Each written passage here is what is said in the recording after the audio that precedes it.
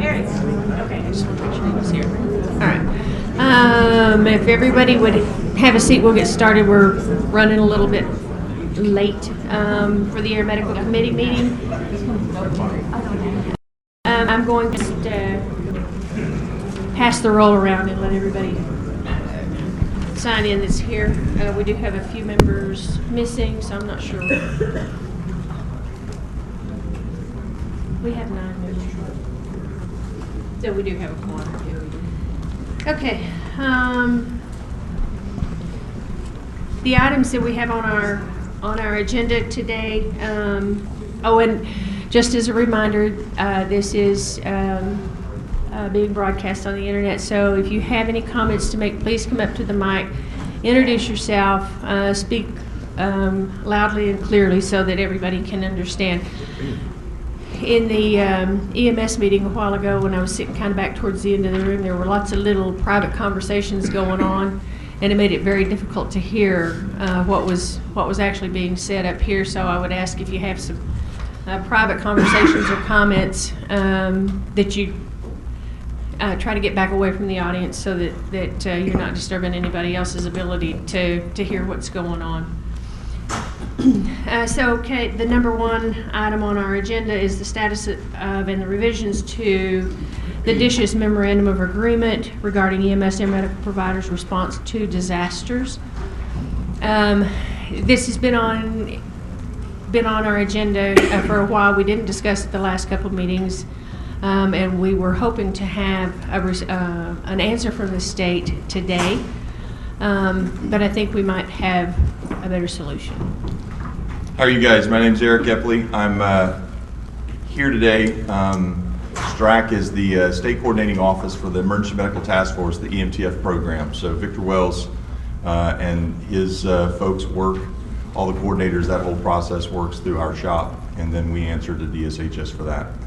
I've been approached by several air medical providers from different regions, and there seems to be, I'm testing the waters, I think you talked about this yesterday in Thames, that there is some interest in integrating the air medical process for disaster response with the Emergency Medical Task Force program. I think that's a great idea. I think it makes a lot of sense. I want to take any questions from you guys or take any questions from the audience. I think we need to be careful with one of the things I want to work with DSHS is to put one MOA together with likely just the state coordination office instead of multiple lead racks, because some of you guys cover literally every one of those lead EMTF regions. I think that will allow for better integration on response day. It's been a little bit separate, and I think that a lot of people are noticing that that's going to be odd and kind of the standalone, while we have ambuses, the MMU, all the ambulances, the medical incident support team, ambulance staging management, all that other stuff is compiled.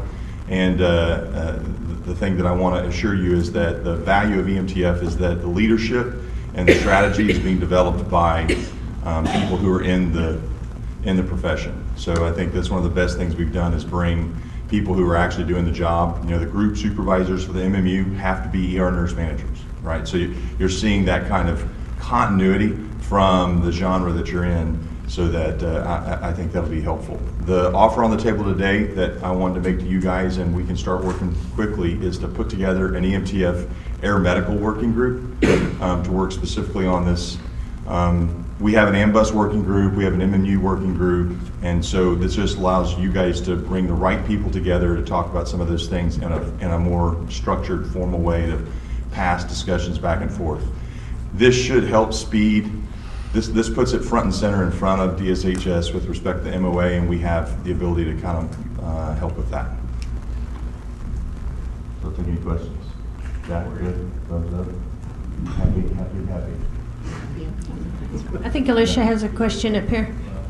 Yes, ma'am. Just for clarification, you want to take the MOA that's already been vetted through this committee and move that forward, or you want to rework that MOA into something else? Yes, maybe, based on what you guys, I would say if you've already got a document, it's missing the fixed wing stuff. It's and missing some other fixed wing stuff. reimbursement is the only thing we've been waiting on. Yeah. Right, and it's written, right, the fixed wing reimbursement, it just hasn't been approved. I think there's some language, or is there not? Well, Yeah. they were trying to decide on what, I'm not sure that The final language was there. We were working on it. there's not a standard fixed wing reimbursement for that. So we were looking at several different reimbursement rates. The U.S. Forestry Service was one of them, and It's mushy And because it's- no one's paying, so, no offense, but no one's paying attention to it till we have a crisis.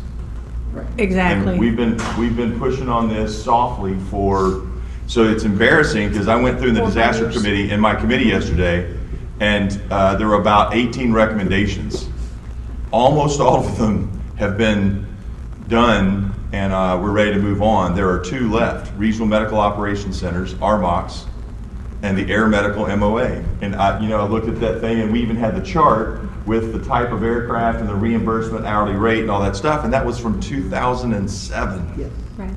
But So the value of EMTF is it's in the limelight, it has the attention, and it has paid staff who are working that stuff all the time. They got to do it for a job. So once the Air Medical Working Group is integrated with that, they'll be sending out invitations, and you guys will decide the programs. I will take the program director's thoughts, and it's your working group. That's what I would say, to focus exclusively on this issue. It's not an MOA meeting.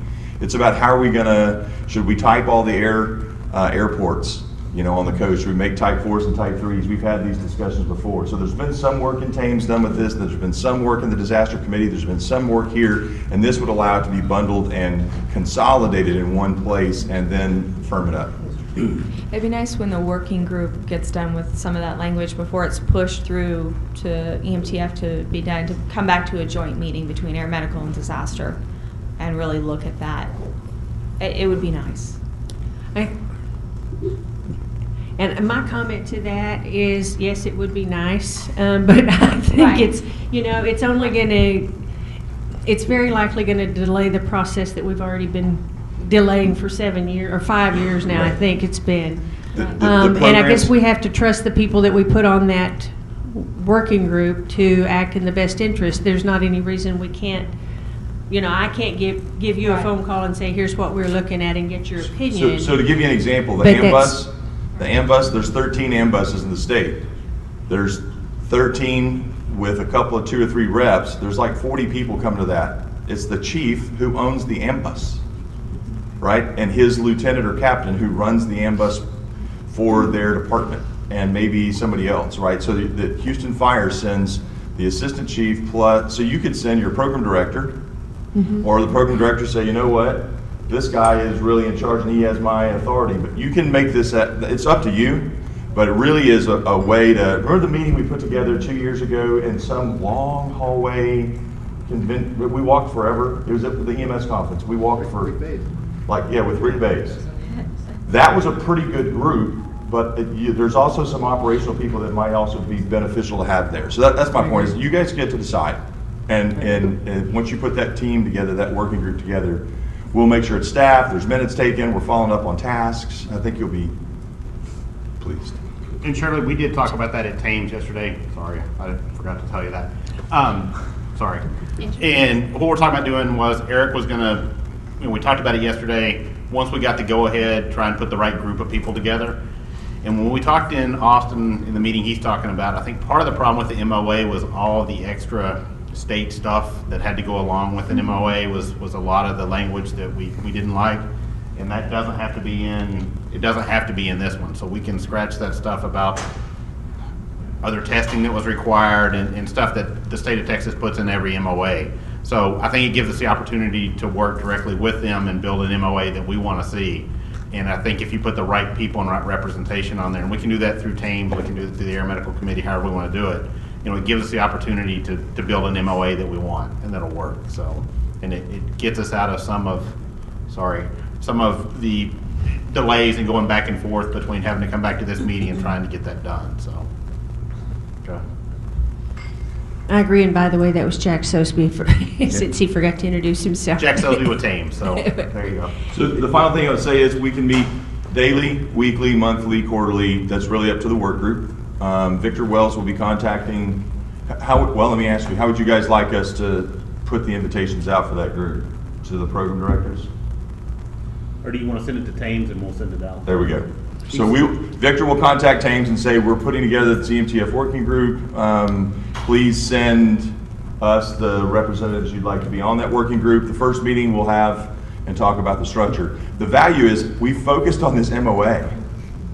There is so much more stuff to deal with. We need to have teams identified to go into the hospitals that are evacuating to go evaluate all the patients and work. We need to plan on we called them helipad coordinators or something, so that we weren't parking aircraft there, that they were coming in and out and the crews were getting dropped off and the aircrafts are going to get gas and all that then the real airport operational coordinators stuff, and all God of those forbid we things talk that- about. Let's just get this other stuff out of the way. We had all of those discussions, and that there is a lot. And we'll make this a that needs to standard work. report. I mean, sort of like what Victor did a second ago. We can go into as much detail about that briefing. It doesn't have to be Victor. It can be the working group, person who's kind of heading it up. Doesn't matter to me. I guess, and one other little question I have is, would that change then the activation?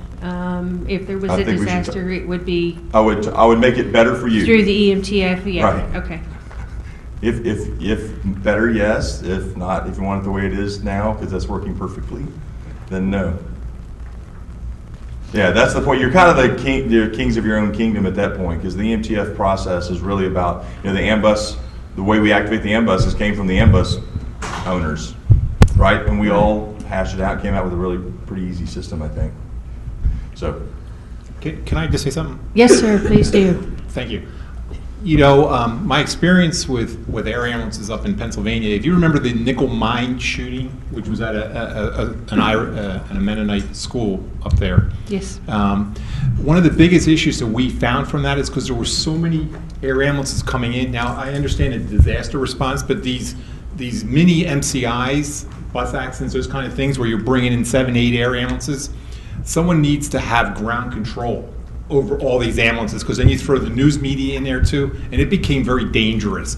So as you look at that, you may want to think also about setting up some policies, best practices for those miniatures. And I'm a little bit ignorant, maybe you already have that, but if you don't, we really do need to have something to make these day-to-day kind of activities safer. With this. more than a busy day, but it's not a hurricane. Yeah, We've had some discussions, and they have a pretty good system through Thames about reaching to the next. So it's not just my buddies; it's my buddies' buddies that may be 2 hours away that are coming. So and those coordination centers, each dispatch center has the other coordination centers. It's actually pretty one of the impressive. things that we put in place at the first air ambulance that gets on the ground, that air ambulance pilot is traffic control, because it is the traffic control problem. All right. Any other questions for me? Well, Any the other lottery questions for numbers? I've got to get back to the thing in another place. Okay. All right, thank you. Thank you, Eric. And what you're talking about, a lot of the racks have done that individually. And so there are some racks out there that are very proactive, have set those standards up, and then there's some other places where they haven't done that yet. So this would give us the opportunity to make it a state standard instead of, doing what this rack says or Racky's doing. So I think it gives us some opportunity. Great, thanks. And Jack, I agree with you, because there are some RACs that are very involved in the air medical programs in their areas, and then some that just aren't, because maybe they just don't need to be. Maybe they only have one provider there. So it's it's not necessary. So I think the state standards would be most helpful. One thing I would ask though is on the letter that they're going to send to Thames, asking for the volunteers to assist with that. If you would also send that to me, then I can distribute it to the Air Medical Committee in case we miss somebody through Thames, Okay. so that we make sure we have that letter as widely distributed as we can. Yeah, I think if I both thought- of us send it out, it would be good. And it would be nice, the air medical provider list for fixed wing and rotor, it's not that incredibly long. It'd be nice to send a hard copy to all of those people, Okay. because they are stakeholders. They may not be members of Thames. Right. We may even have people in the room here who are stakeholders who want to be involved who are not members of Thames. And I'll work on that list from the AIM side also, being on the board. You know, I've got a list for my region for the state of Texas. And granted, there may be some that are AIMS members that don't come to the TAMES meeting. So if we send it out through all the groups, hopefully we can get a good representation. So, Very good. okay. Any other comment?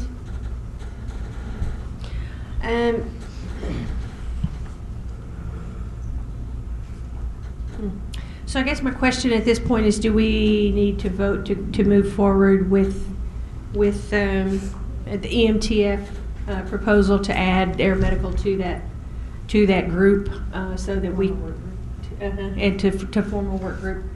Well, I don't know if we need to vote to form the work group, because that will be a joint effort. But I think maybe we should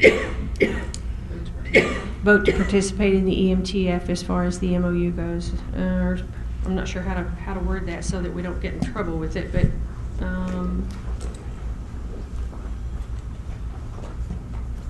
ideas on the wording for that? We'd make a motion that we participate in the TAMES work group as far as the EMTF MOA.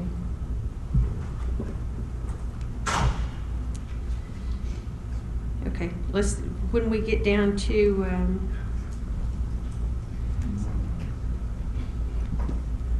let's see, I guess we can go ahead and vote on it now, can't we? Okay. So we have a motion to. You state your motion first. We have a motion to the Air Medical Committee for GTAC to participate with TAMES in the work group in developing the wording for the MOA with the MTF.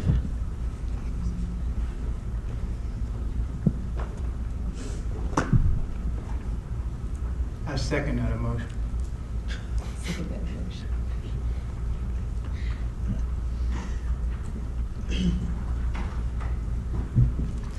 Yeah, for a friendly amendment that a little bit of wording about sending out invitations or just distribution of information, that type of thing. I don't know how you'd like to say that, but I think you're right. I think it needs to go widely distributed.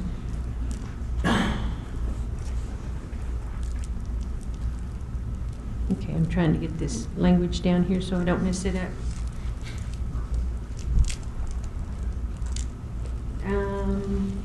Bert, are you okay with the friendly amendment? Yes, I am. Okay. Tracy? I was going to say, maybe word it something to the effect of, with the understanding that it will be distributed to, widely distributed to industry all fixed and rotary providers. And through TAMES and through this committee. Through teams and through the I think that works. Okay, so through TAMES, AIMS, and Air Medical. That would be wonderful, thank you. Okay. Any other comments? All in favor? Aye. Aye. Any opposed? Okay. I know Eric left the room, but I would like to publicly thank him for that. I think that's an awesome idea. I don't know why we didn't think of it 5 years ago when we were working on all of this stuff. And there were a fair number of folks, air medical folks, attending those meetings and putting all the plans together. So I don't know how we didn't get that done, but anyway, we maybe have a good plan now to move forward on that. And I'm sorry, I don't have don't have you on our agenda. So would you please introduce yourself? And I'm sure everybody Who is this guy sitting over already here? had the pleasure of meeting you. But would you please introduce Sure. yourself and just. Yep. Good morning. My name's Joe Schmieder. I am your now State Texas EMS Director. I come to you from the Commonwealth of Pennsylvania, where I was the State EMS Director for the last 9.5 years, and worked for the Health Department there for the last 11 years, and then was a Regional Director of EMS for 10 years before that, and Chief of an Ambulance Service 10 years before that. And as I said this morning, and I think I said yesterday, so if everything plays right in 10 years, I'll be gone, and somebody else will be sitting here. But it's my pleasure to be here. I come to you from Texas for a lot of reasons, but probably the two main reasons is my son and daughter both live and work in Austin, Texas. So as you get older, you appreciate the kids, and we're coming down. My wife is still in Pennsylvania, so I take a plug whenever I can. If you know anybody wants to buy a house in Bucks County, right outside of Philadelphia, beautiful Bucks County, I know where they can get a good deal. So thank you. I'll be sitting here representing the department. Well, thank you very much for being here, and we certainly look forward to working with you. It was all my of us. pleasure. And if you get to retire in 10 years, you let me know what, because I'm trying to figure out how I'm going to do that still. Well, it's my plan, but I'm hoping on the lottery too. So. There you go. Okay, the next item on our agenda is the unlicensed out-of-state EMS providers transporting patients into the state and assisting Texas licensed EMS providers with patient care during in-state transport. We've had the question on who has the final, I guess, responsibility for that patient, for the care that patient receives. And I think we've had several opinions, but I don't think we've come up yet with a definite answer on that question. What is the process if we have unlicensed providers providing care in our state, and that care is not maybe what it should be, if we have issues with those folks, and really not having any way to determine whether, we always would have the option to turn them into their state entity, but absolutely no way to know whether anything was ever followed through on. So I think that's probably the crux of just no loop closure with those Sure. things. I know that I believe it was this committee sent some questions to us, to Jean, and she got it last week. So I've seen the questions. We're going to draft answers to you, and we should have answers for you at the November meeting that we will vet through. I mean, I have an opinion, but I think it would be better off. My opinion's a little tainted from what I know up in Pennsylvania than I do know the EMS laws here in Texas. So we're going to draft a response with legal so that it's correct when we give it to you, and we'll have that for you in November. Okay, perfect. Thank you. Sure. I know we were a little late getting those questions to Jane, so a little delayed getting those questions. We're all busy. But we had several versions of them, and we wanted to make sure we had the right version and had them all cleaned up and everything before we got them sent. Trauma Systems Committee Registry Work Group, and Tracy Fox is our representative on that work group. Tracy? Hello. Okay, so just a quick update. The Trauma System Committee Registry Work Group has been working with RACD on their pilot project to identify, define, and provide solutions to trauma registry reporting problems as having been reported from the stakeholders. They started this back in June of 2013, and they on July 17th, DSHS staff, OEMS personnel met with stakeholders in RACD to provide the findings of their survey, and trauma registry personnel were also on hand to answer system questions and get feedback. And basically now the plan is that over the next 45 to 60 days, the trauma registry personnel are going to come back to RACD and work one-on-one with their stakeholders to offer solutions to reporting problems. And so basically the idea for this was because we're such a large state and we have so many different RACs, the idea was to take a RAC, and RACD graciously volunteered to do this project, and to basically identify problems from their stakeholders on what they were having issues with on the trauma registry data entry. And they're working with them and identifying and coming up with solutions on that scale. And then once they work through those with RACD, then their thought is to roll it out to the rest of the state and the rest of the RACs, to kind of start with bite off a smaller piece, if you will, and then go from there. So they're going to be working on that with them. And then in the fall, they'll have one more stakeholder meeting with RACD to review and respond to problems with reporting. And identify local registry experts willing to offer support through RACD. And then once they complete the project, the pilot project in late fall, then they're going to make the findings available to all RAC and GTAC stakeholders. And we actually have a meeting directly after this meeting to kind of get updated on all that, but that's where we're at with that. So if you have, we still, welcome input. If you're having issues, if you have questions or concerns, we certainly welcome those questions, and we're happy to vet those and continue to work towards solutions. But just know that we do have a focus group up in the RACD area that's working with the state and the trauma registry personnel on this to try to get these solutions identified.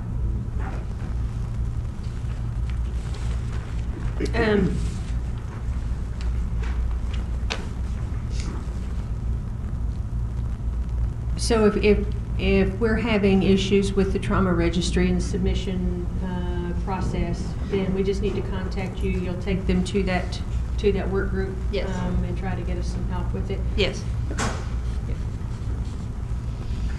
So I would suggest we get that done. If you're having issues, we probably need to get that done right away if you're looking to have a report at the November meeting on some fixes. Mm-hmm. Okay.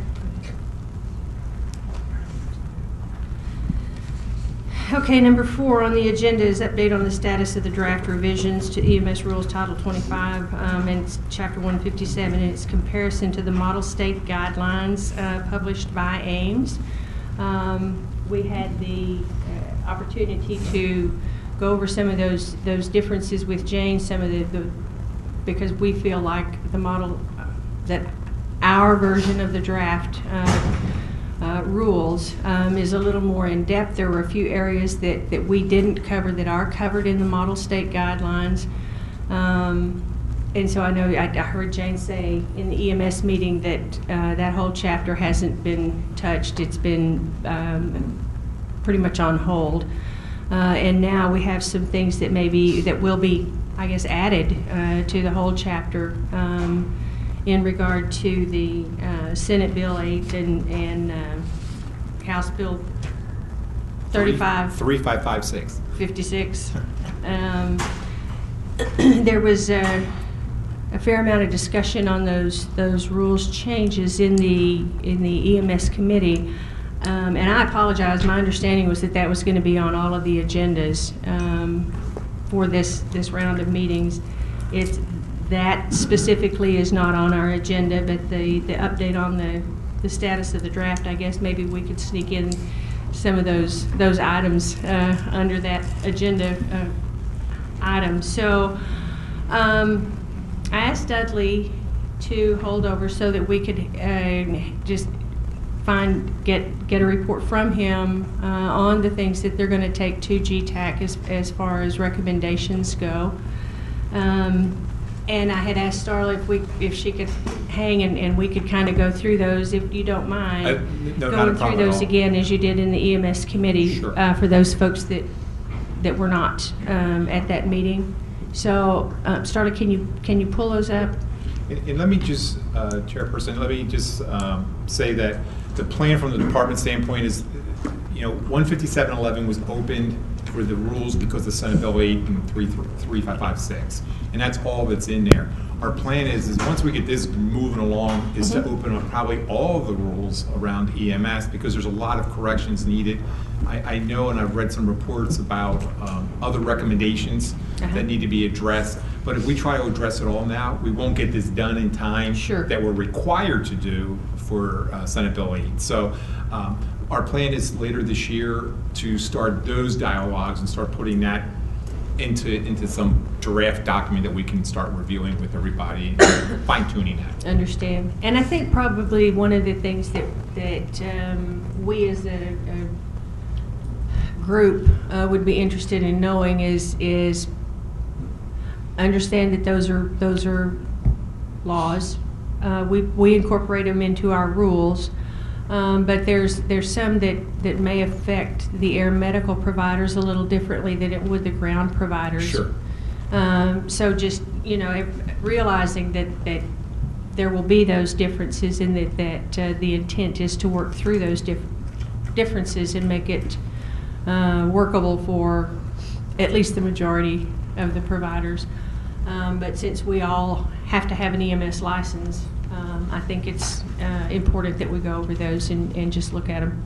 And let me just say from the meeting, is Dudley, did you want to give your comments first before I start doing this? It's up to you, however y'all guys want to. I mean, I can go through this, but I think if the committee or if the group hears and the committee hears what we're going to be taking from GTAC going forward, it might limit some of the questions later.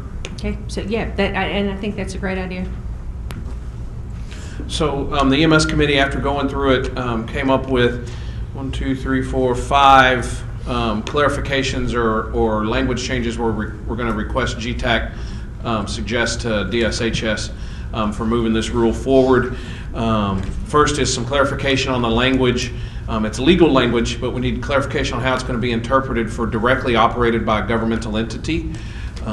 Because and when we get to the HHSC part, when you guys are going through the language, you'll see that, but it's in 2 or 3 places throughout the law, and now the rule, and there's some agencies out there that do nothing more than do 911 calls for a governmental entity, but they are not a part of that governmental entity, and it's the 501c3s that operate for ESDs.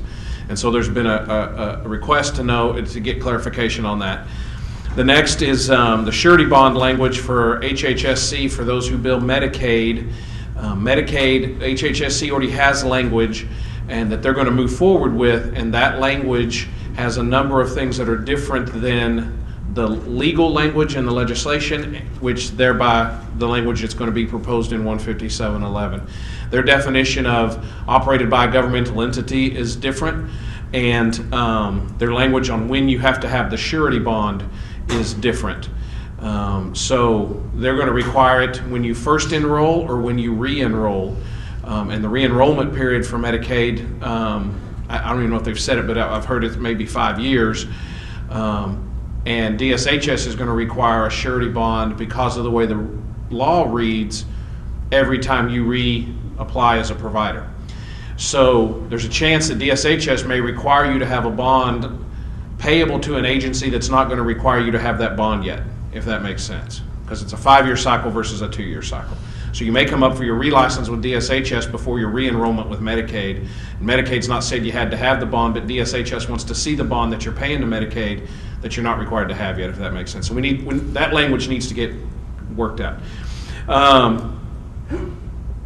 The big item, and many air medical providers got up and talked about this, is the requirement for a city or a county for a brand new provider in their first 2 years. They have to have a letter of permission, basically, from a city or county, depending upon where they're working, to operate in that area.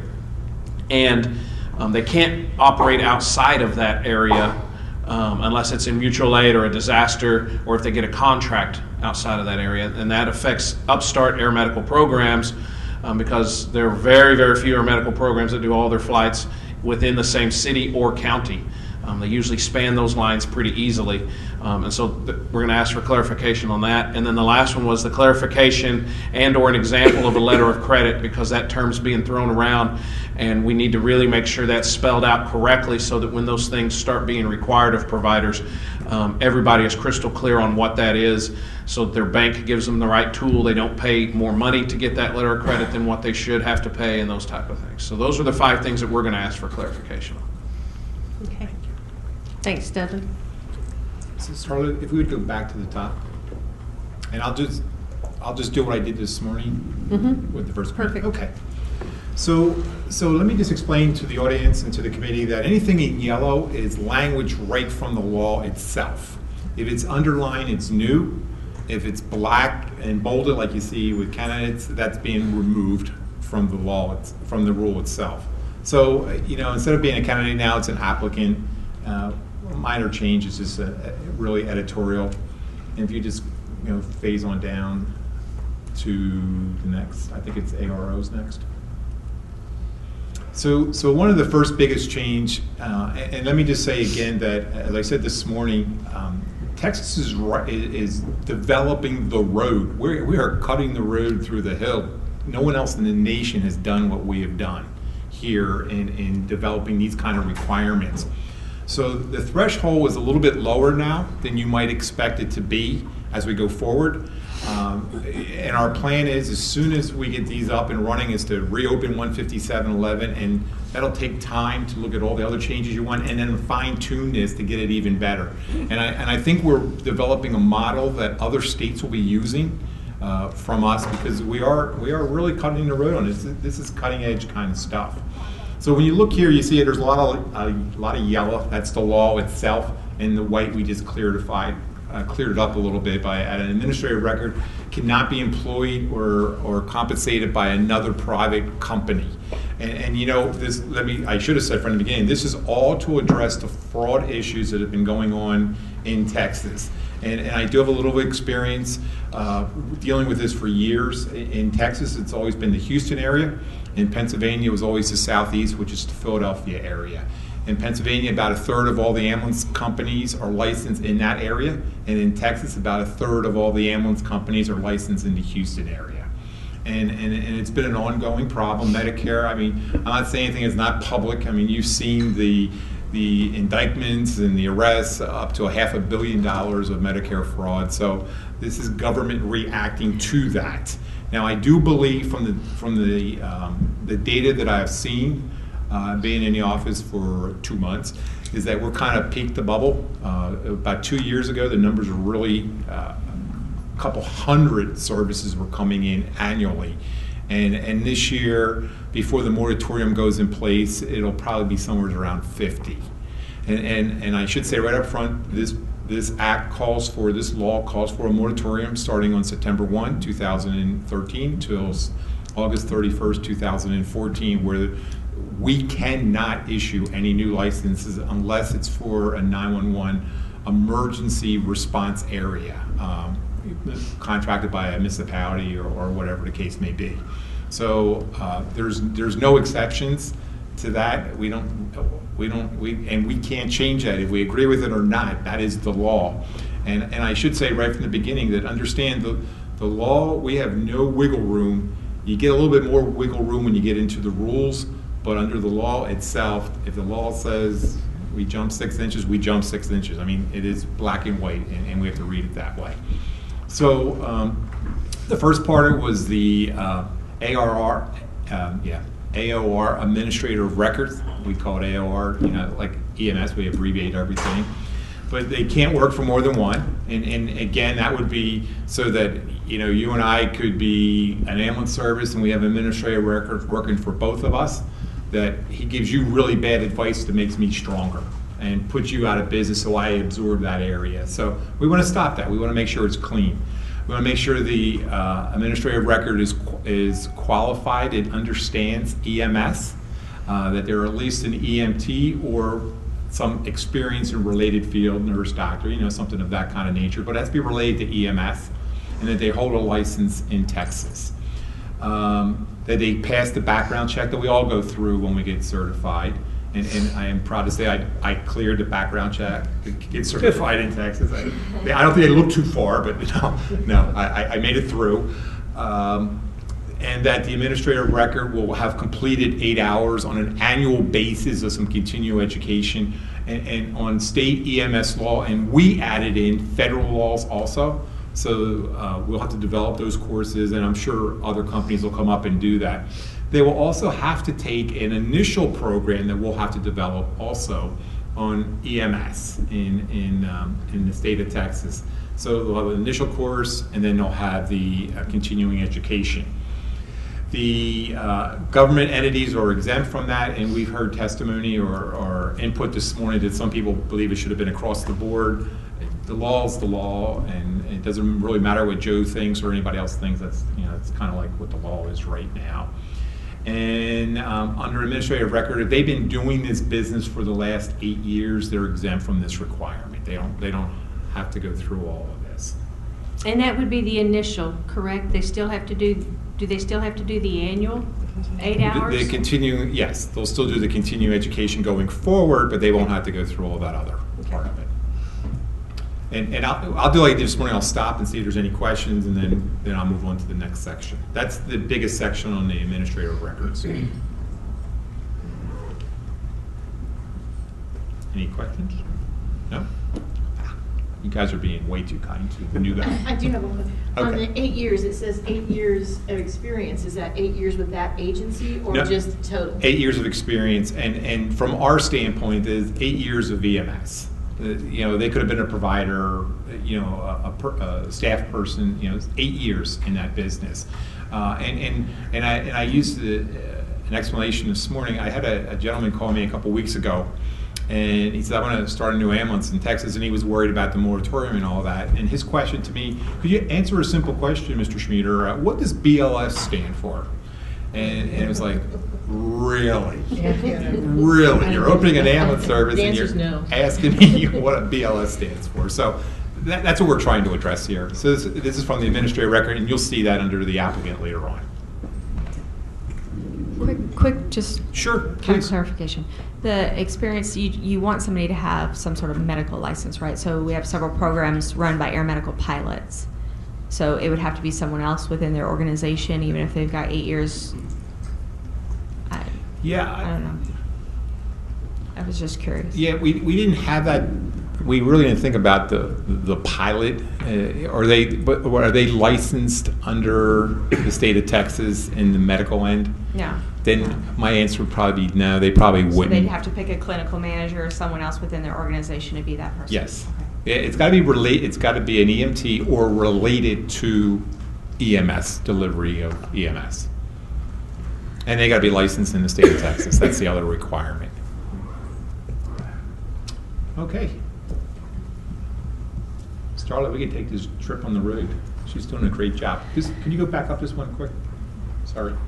So the next requirement is that every EMS provider employs a medical director as a part of their organization. From an air service, you're already doing that. I mean, that's not an issue. But the biggest question here is what is employed. They don't have to be paid, but you have to have somebody under contract or agreement or MOU or some kind of a document that says Dr. XYZ is our medical director for our organization across the board. Okay, so question on that, because air medical programs or air medical companies, there are several that have programs across the U.S. Right. And I mean from the West Coast to the East Coast, and they might employ one medical director, and that medical director might be located in Massachusetts. Yeah, and I knew you were going to say that question because as I was reading that, which says they had to be licensed in Texas. Has to be licensed in Texas. And that's what the law says. Okay. So that could be an issue. They may have to get another doctor for Texas because Okay. the law does say they got to be licensed in Texas in good standing.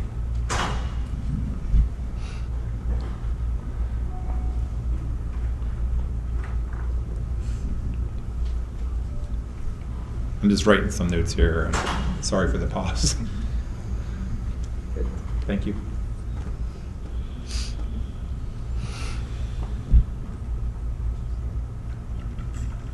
So let me just remind you that now we're talking about the applicant, the initial application. The yellow is the law. The white is our clarification of what the law says. And the law says that the applicant must be qualified and have experience in EMS. We added the word related to EMS.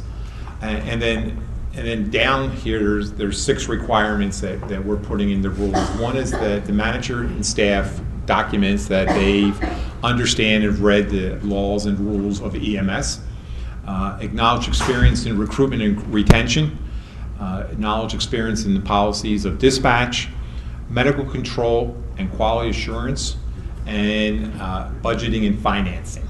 And people will say to me, so where did you come up with those? And literally I pulled them right out of a national book written by Jay Fitch that says these are some of the components that you need to have a strong organization.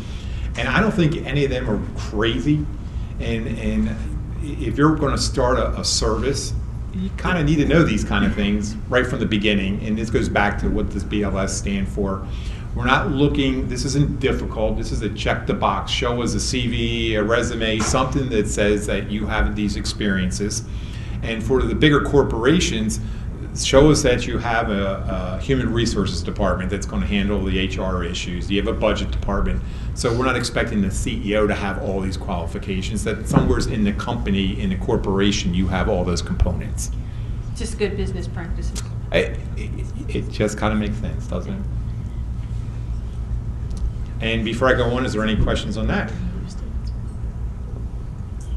Okay, the next is a line of credit. And there's been a lot of questions on this. And this is, again, trying to determine that the organization has a good business practice and a business plan as they're moving forward. And it's a letter from a bank or a federal banker savings institute that says that we'll give you $100,000, or you're eligible to get credit up to $100,000.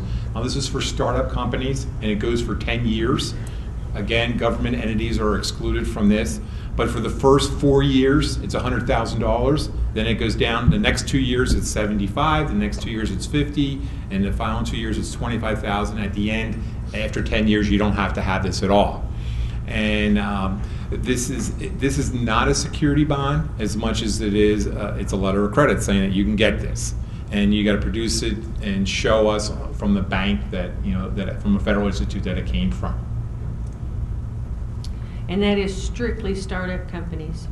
So if I've been in business in the state for 4 years, this doesn't affect me. I That's don't not go true. in at the 4-year. Nope, it is for level. and renewals and go forward. So if you're in business for 4 years already, then you have to show a line of credit when you do your renewal for $75,000. Okay. So the only people that are exempt is if you are government, obviously, or outside of 10 years, you've been in business for more than 10 years. Even someone that's been in business 8 years or 9 years will have to produce a letter of credit for at least $25,000. Okay.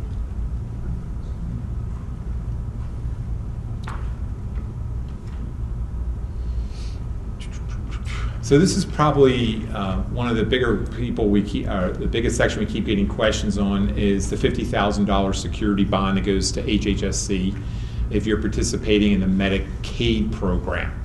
And you heard Dudley talk. We're going to go back and get some more answers to some of those questions. This is literally the language of the law that it comes, right from Senate Bill 8. And what it says is you have to have a line of credit if you're going to do a security bond. If you're going to do Medicaid transports of $50,000, and then the other requirement is you can't be excluded from Medicare or Medicaid. Because if you're excluded from Medicare, then you get excluded from Medicaid. So you can't be excluded from those programs. We're going to do some homework on that to get some more clarification. But the bottom line is you're going to need a $50,000 security bond. The real question from this morning from the other committee was if I'm the billing company and I carry that, does that count? Does that carry over? And then the real question is, when does that go into effect?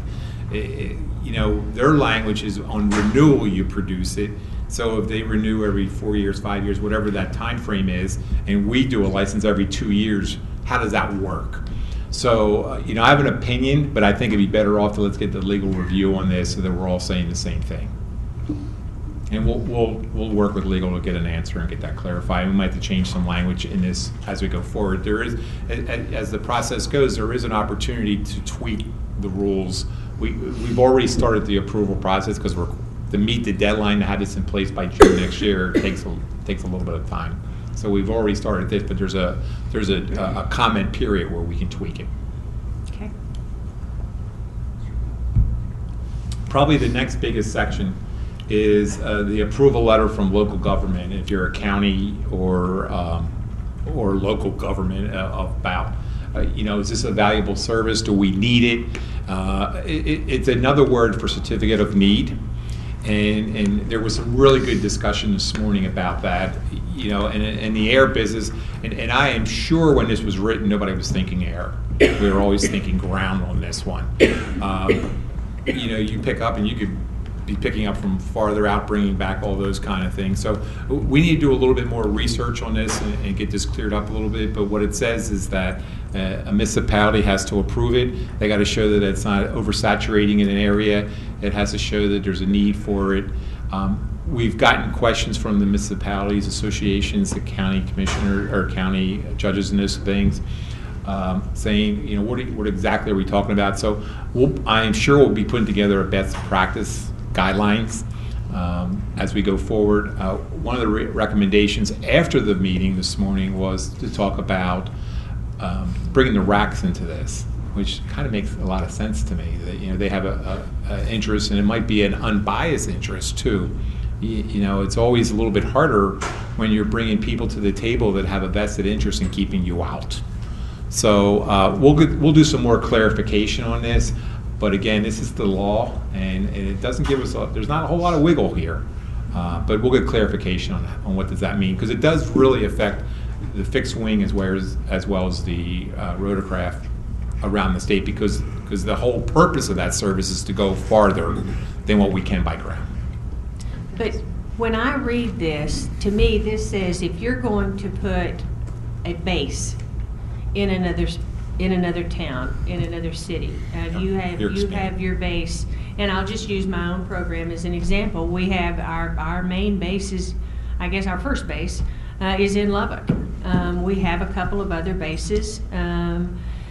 But if we intended to put another base somewhere, we would have to go through the process of getting the certificate of need letter from the municipality or the governing agency there. But if we're just making transports or interfacility transports in and out of different counties, or doing scene responses, which would be the mutual aid, then we don't have to have that certificate of need to respond to those areas, because we could cover 80 counties. Sure. So am I interpreting that right? It's only if you're going to put a... Yeah, the law says that if it's what I'm going to call mutual aid or disaster response, you don't have to do this. But we have to get an opinion, a legal opinion, on can I expand my service. We know, first of all, in the first 2 years, as a new startup, in the first 2 years, you can expand your service. The law says that. But that's unless putting a base of operations in somewhere else, correct? Correct. Okay. So we have to do a little homework on that one to get it cleared up. It makes a whole lot of sense to me in the ground. It doesn't make a whole lot of sense when you put it in the air. But I don't know how much wiggle room we have, and that's the question we're going to take to legal and get an opinion. Sean? Just to remind, we've had a previous opinion by the Attorney General for Texas regarding the Airline Deregulation Act and the Certificate of Need discussion, so I don't believe that would be applicable to air services. That's true. Yep, we have to get legal involved in this. There's no doubt about it. Okay. Thanks, Sean. I didn't think about that. Yeah, I think from my knowledge of the federal rules, from air service is really the only authority we have over air service is patient care. We can't say that you have to have 2 engines or whatever. It's only the patient care. We don't control the other parts of it. So again, we'll take it to legal. We'll get an opinion and we'll go forward. Okay.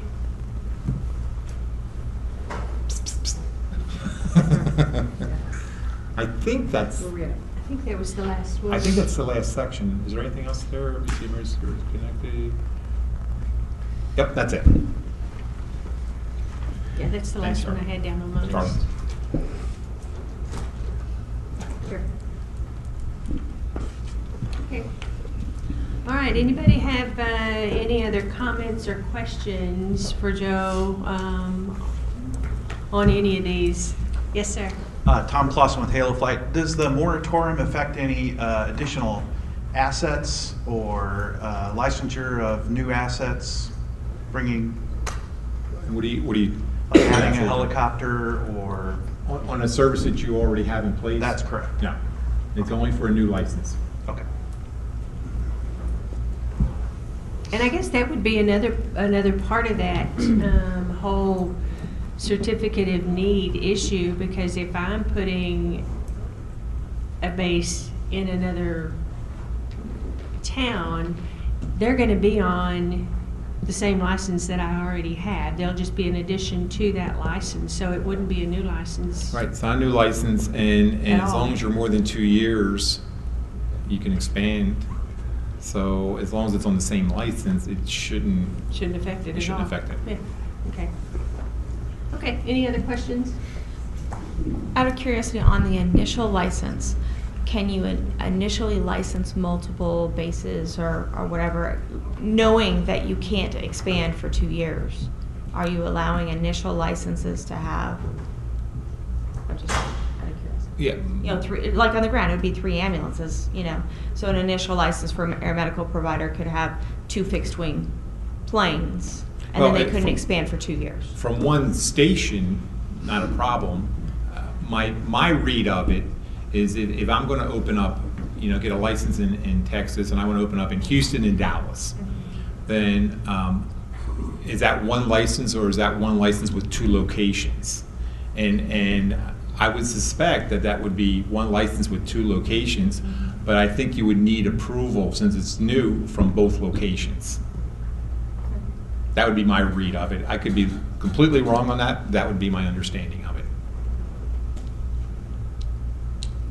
Except the Airline Deregulation Act is going to trump Yep. that. Yep.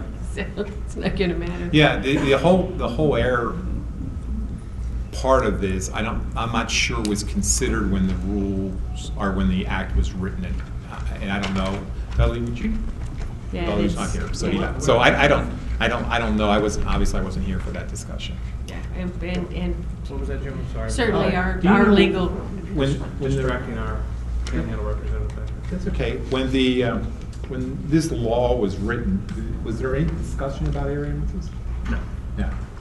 So the belief, my belief is that it was not even. It was all background. There was enough fighting amongst ground, we didn't have time to start batting at the air. So. If we'd have thought about it, maybe, but we were way too busy attacking. Yeah. That was my thought too. we could have cooled you off with our giant fans if you'd. That would have actually been very beneficial. All right. Well, I think at this point, what I would like from this committee, if we're in agreement, and there's no more discussion, is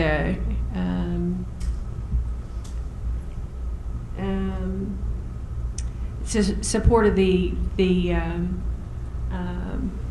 Questions. recommendations that the EMS committee is going to take to GTAC Council tomorrow. And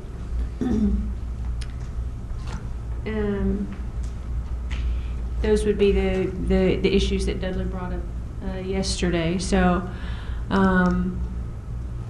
does somebody want to make a motion to support those initiatives, those, I'm not even sure what they are, questions for clarification, so that we're sure that we get the same answers and that they do, and how they apply to air medical.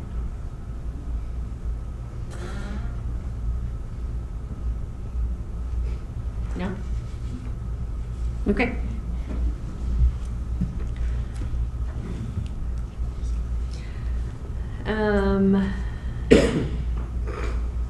Shirley, excuse me, Shirley. Yes, sir? I'd like to see more clarification on some of this stuff before we motion. And that's what we're asking for. Okay. That's what the whole, the whole, it's just a letter, I mean, it's just support for the clarification of those items.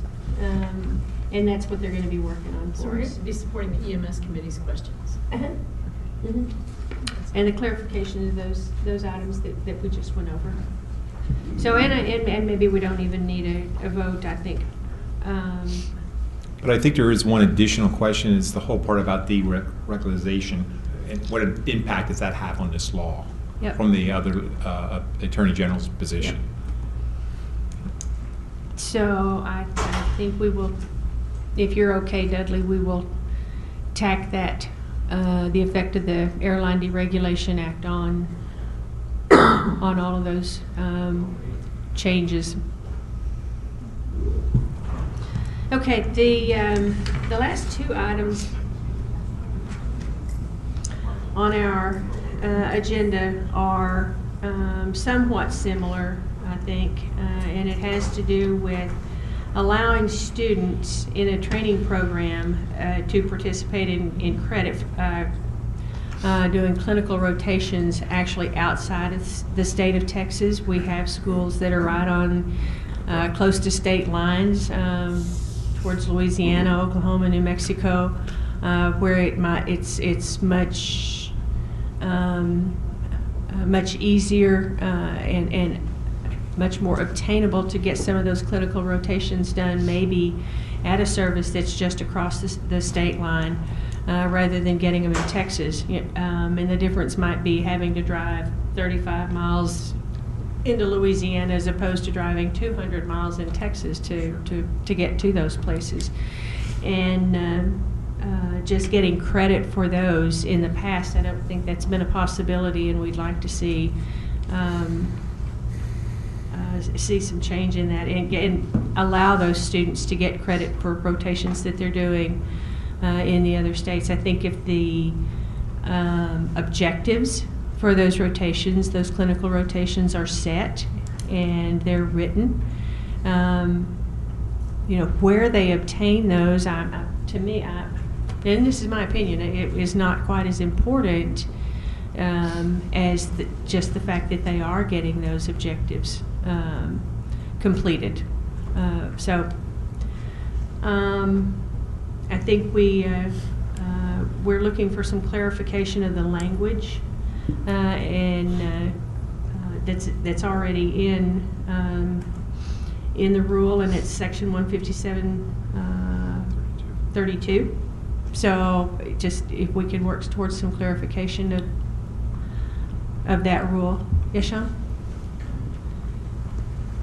Just wanted to seek some clarification. Are we referring to then just student time being done in the states contiguous with Texas? Or are we talking about no objection to them going to Minnesota for their training? Well, I think that's up to the group to decide how they would like to see that, if it's allowable as far as the language goes, and I think we need some clarification on the language that's currently there. My personal comment, I would be supportive of that within the group of the Talon states, since our DSHS has good collaborative working relationships with each of those bordering.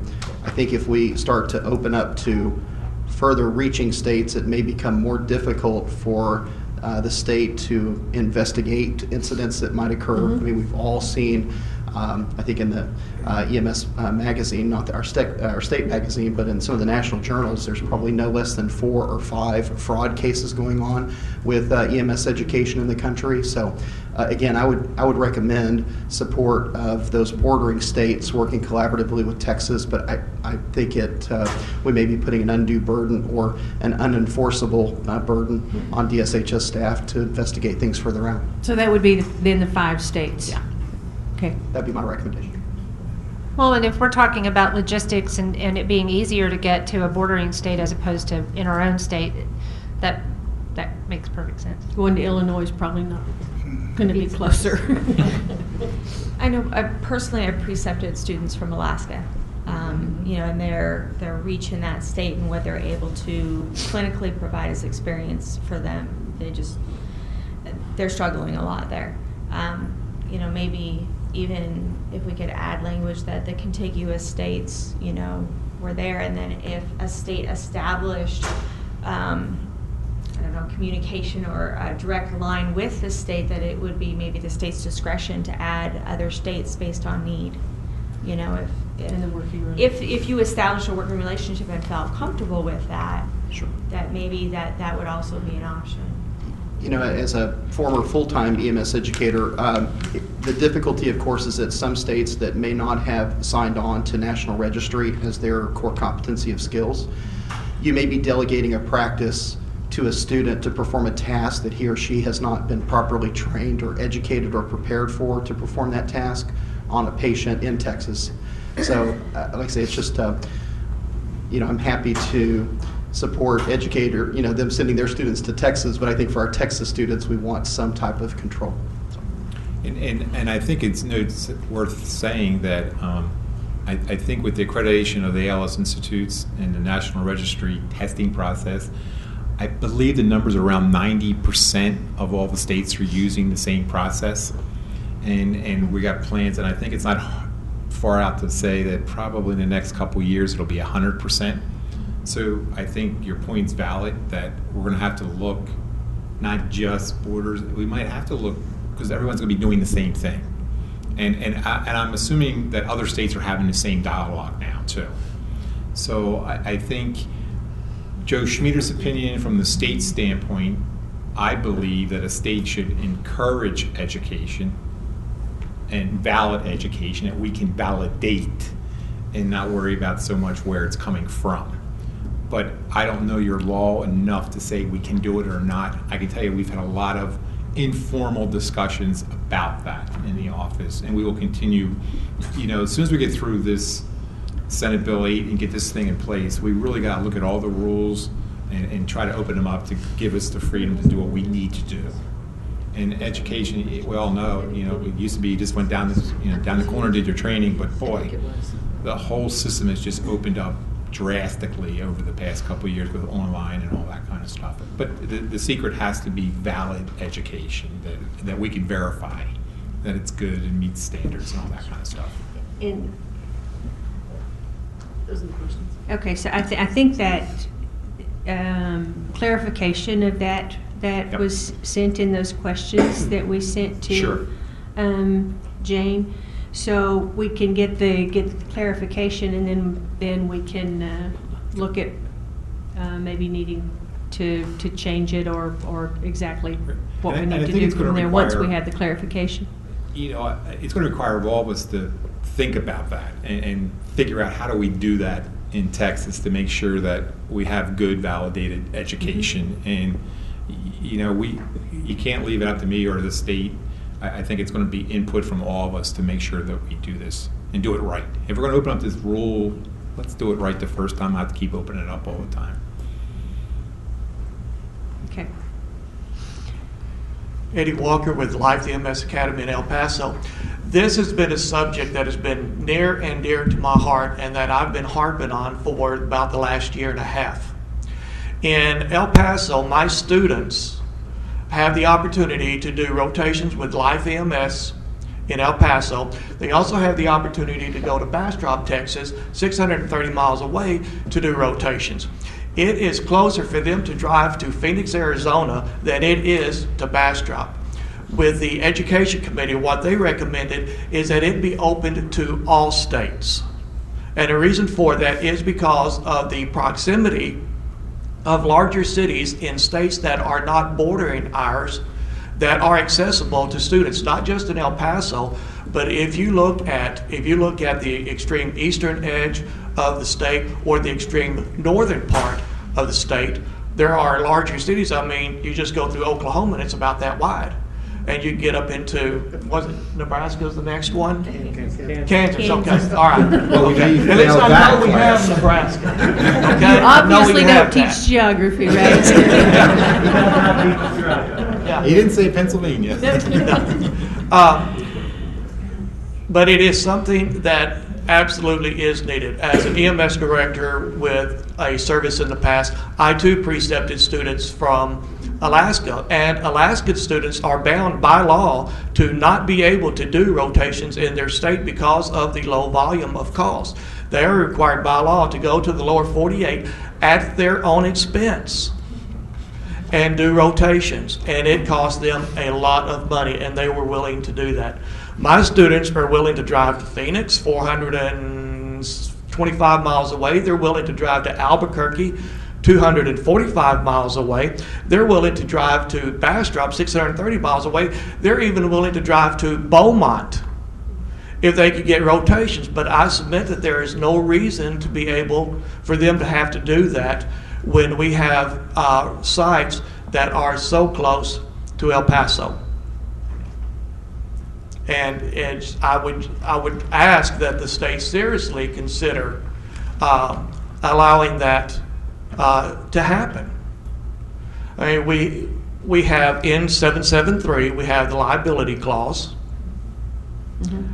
If there is a problem with a student that occurs in the state, then it is the student and it's the program that the state will investigate. What would be the difference if they are in New Mexico, Phoenix, or in Minnesota doing a rotation? The student's actions is the student's actions, and they and the program are the ones that are responsible for that. I have a paramedic class going on right now with the U.S. military, Special Forces, and they have 6 months from the day they begin to the day that they end to be National Registry certified. I have to have 8 paramedics a day doing 16-hour shifts in order to get 27 students through in 52 days. And I don't have that in El Paso. I can get some relief in New Mexico, 45 miles away in Las Cruces. Right now, I can't send them there.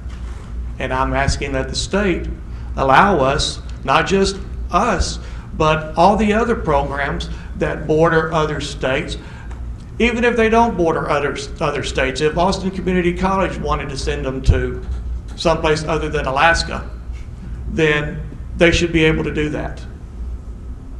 And I guess that's about all I have to say for that. It's like I told a person the other day, I have a problem and I need a solution to it.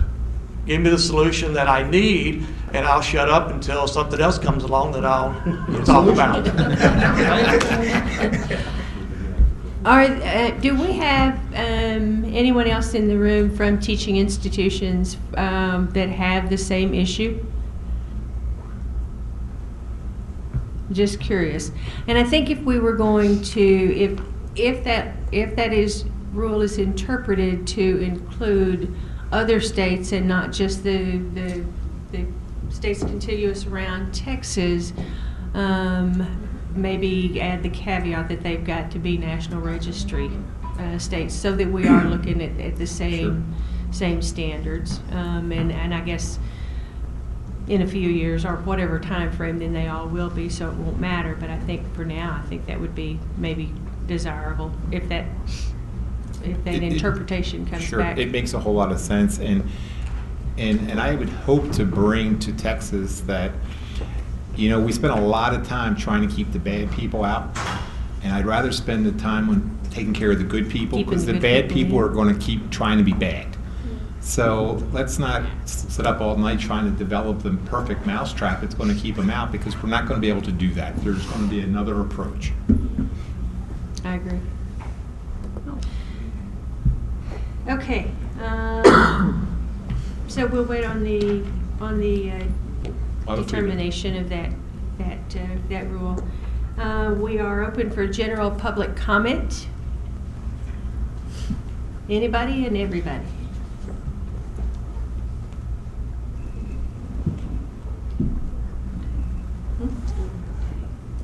Work group day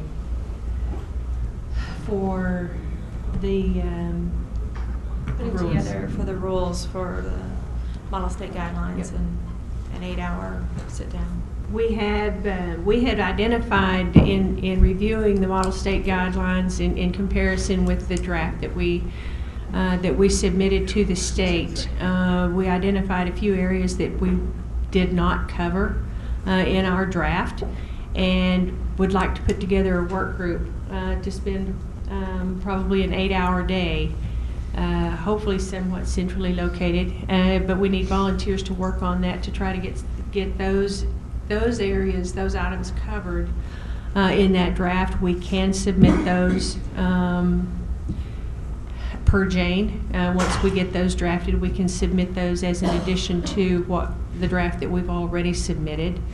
And I think we agreed that our preference would be to use our draft rather than the model state guidelines, because we feel like we did a good job on the draft, and it is more in depth in some areas, and we feel like that's important. So, do we have any volunteers and any proposed dates?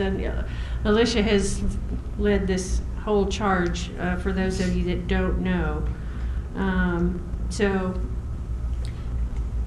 I'd like to put together a date today, absolutely. Would you like to do a work group meeting, or would you like to do an official published committee meeting? if we do a committee meeting, then we can put the draft together and vote on it and send it forward. Absolutely. So I think that probably would work in our favor to do And that. we need 30 days to do that, so Mhm. we're. And then we've got to have time to get it to Phil, to get it vetted and get it published, Right. correct? And that, And an we already extra have- week, is that what you need, an extra week to do that? That's, yeah, just however long legal would take to get to it, I'd get to it right away. Right. And we already have wording for what we need written in our agenda today, right? So the wording wouldn't really be Right. an issue because it's been vetted, correct? Right. We still have to look. Right, we're still gonna look. You know, AMTC comes around in October, EMS conference, obviously in November, people's busy schedules. How does Friday, September 27th sound to people?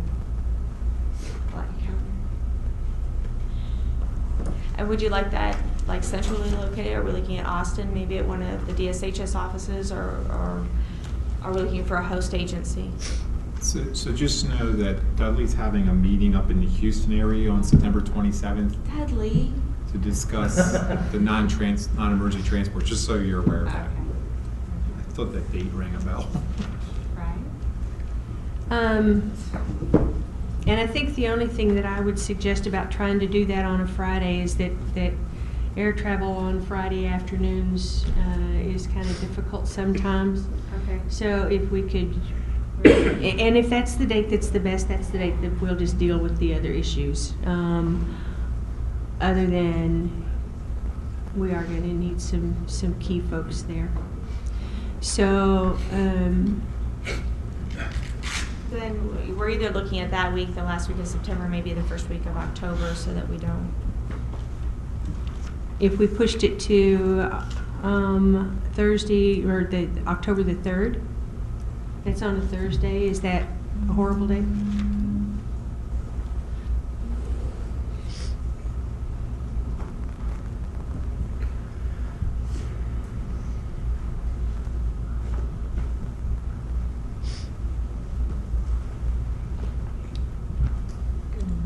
Okay.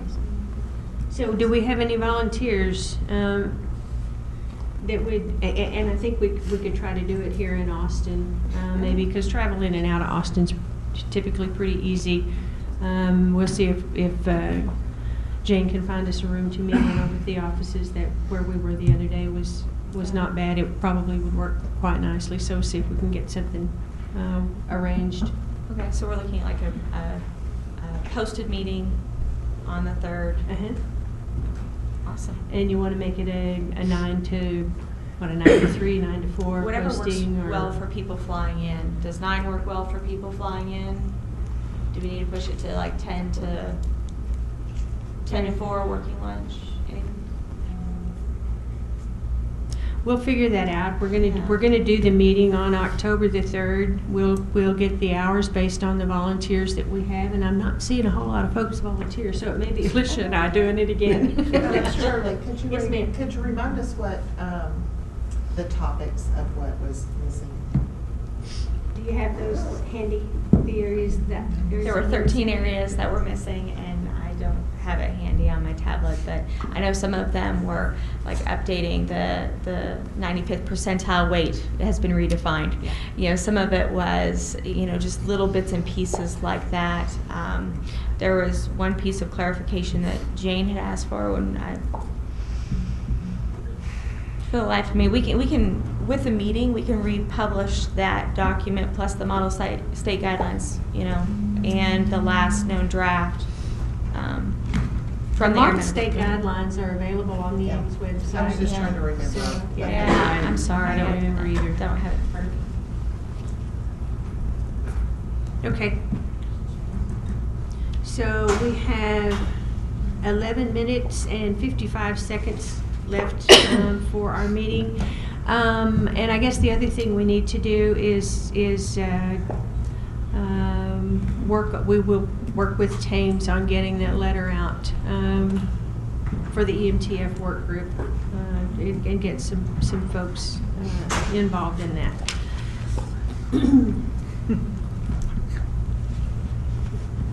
So for our summary for the GTAC meeting, we voted to participate with teams in the formation of a work group to participate in EMTF, and that our MOU then would fall under, we can get that so that our MOU would fall under EMTF and not the state, so that we could move forward with that MOU, since it seems to be stalled in Never Never Land. And I think that's the only action item we had. Anything else? Jack? Just quickly for Thames, just a reminder that our golf tournament's going to be on the Friday before the tournament, or sorry, before the conference on November 22nd. It'll be at Texas Star Golf Club in Euless. The registration is open online through the Thames website. It's thames.org. And had a great showing last year. Would like to get as many people playing as we can. Also taking donations for the silent auction. We'll have that again in the booth in the exhibit hall. So if you have anything from your program or anything you'd like to donate, Jim Spire from East Texas is taking those. The more donations we can get, the more money we can raise. So thank you. Absolutely. Thanks, Jack. Sean? And this actually may be a question for both of you. Do we know if the fallen Houston firefighters will be inducted in the Texas Hall of Honor this year? I don't know. I do not know, and that's a DSHS question. You know, we sponsor the families to travel, but they decide who gets where that goes. That might be imperative, because as we start to try to seek additional fundraising for that purpose, we probably would need that information so that some of us can really get out and try to solicit. Who would we contact? I guess. Do you want? Yeah, we'll find out. We'll find out from Kelly. She should know. She'll know. It was Kelly. It was Kelly. Sure. I'll get with Jane about it and see who's going to be now. Okay. All right. Thank you. Any other announcements? I do have one other announcement.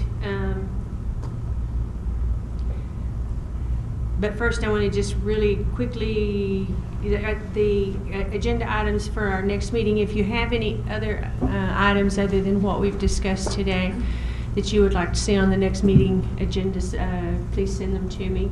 I do have one item that is an endorsement and has to do with transporting all patients on long spine boards.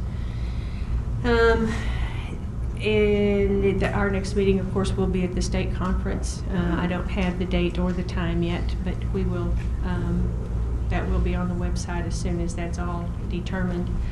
And the last announcement that I have, I've had a number of people ask about one of our flight nurses that has a brain tumor. And a number of you have met him, you know him, and I've had a number of people ask how he's doing. And his name is Juan Alvarado. He's been one of our nurses for a number of years, and of course he's one of our superstars. But just for those of you that have asked, and so that I don't, it's really tough. He is having surgery tomorrow at Baylor Hospital. They are going to try again to remove that tumor.